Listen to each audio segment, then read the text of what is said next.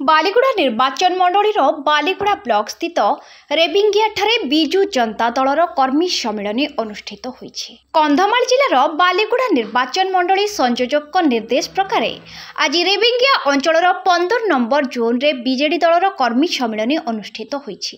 प्रथमे बालीगुड़ा गांधी छक निकटरू एक विराट बाइक रैली नहीं रेबिंगिया पंचायत रेबिंगिया रे पहुंची अंचलवासी स्थानीय ब्लॉक बीजेडी सभापति तथा संयोजक विधायक प्रार्थी और बालीगुड़ा समस्त कर्मी को प्रथमे वंदापना करी पारंपरिक वाद्य नृत्य रे स्वागत संबर्धना जणाइथिले। बालीगुड़ा ब्लॉक 15 नंबर जोन रो जिला परिषद अध्यक्ष नंदिनी मल्लिक नेतृत्व में रेबिंगिया पंचायत हजार हजार बीजेडी समर्थक ने यह कार्यक्रम आयोजन करा जायथिला।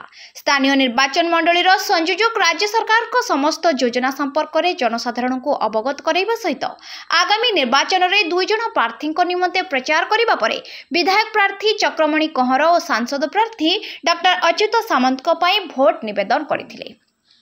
परे मुख्यमंत्री स्वच्छ निर्मल शासन रे अनुप्रेरित होई आज बालीगुड़ा निर्वाचन मंडलीर संयोजकों उपस्थिति रे जिला परिषद अध्यक्ष नंदिनी मल्लिक नेतृत्व रे आज बीजेपी और कांग्रेस छाड़ी शताधिक परिवार बिजु जनता दल रे शामिल होइथिबा देखिबाकू मिलिछि। एही कार्यक्रम रे स्थानीय निर्वाचन मंडलीर संयोजक तथा ब्लॉक सभापति श्रीजुक्त टूना दास समेत जिला परिषद अध्यक्ष नंदिनी मल्लिक, विधायक प्रार्थी चक्रमणि कहर, बालीगुड़ा निर्वाचन मंडलीर वरिष्ठ नेता, बालीगुड़ा विज्ञापित अंचल परिषद अध्यक्ष गोविंद चंद्र प्रधान, पूर्वतन अध्यक्ष लोकनाथ पाढ़ी, बालीगुड़ा ब्लॉक उपसभापति बिजु जनता दलर नगर सभापति अवनीकांत नायक और बालीगुड़ा ब्लॉक बहु सक्रिय कर्मी उपस्थित थिबा देखिबाकू मिलिछि।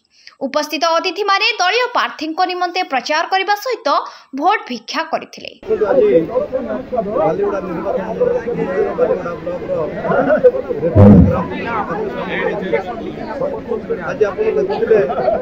आज बहुत संख्या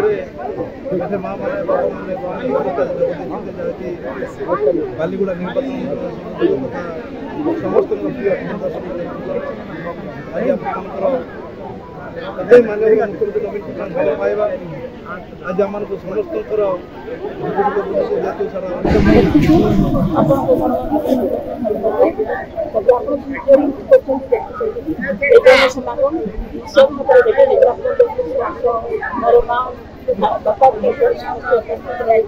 आज आम निर्वाचन सभा भोट आवेदन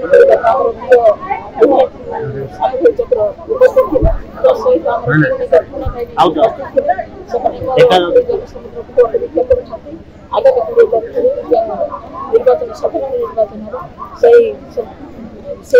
समय सांसद प्रार्थी और विधायक प्रार्थी भोट देवाई आज समस्त संकल्पबद्ध और मोर मत जो भल पाई 1200 भोट आम ग्राम पंचायत मत निर्वाचन करते से अधिक 1500 कि 1600 से आशा में आशा समस्त पाखे भोट भिक्षा कर निष्ठा भाव में विपुल संख्यार भोट दे आम प्रिय सांसद और विधायक जययुक्त कर।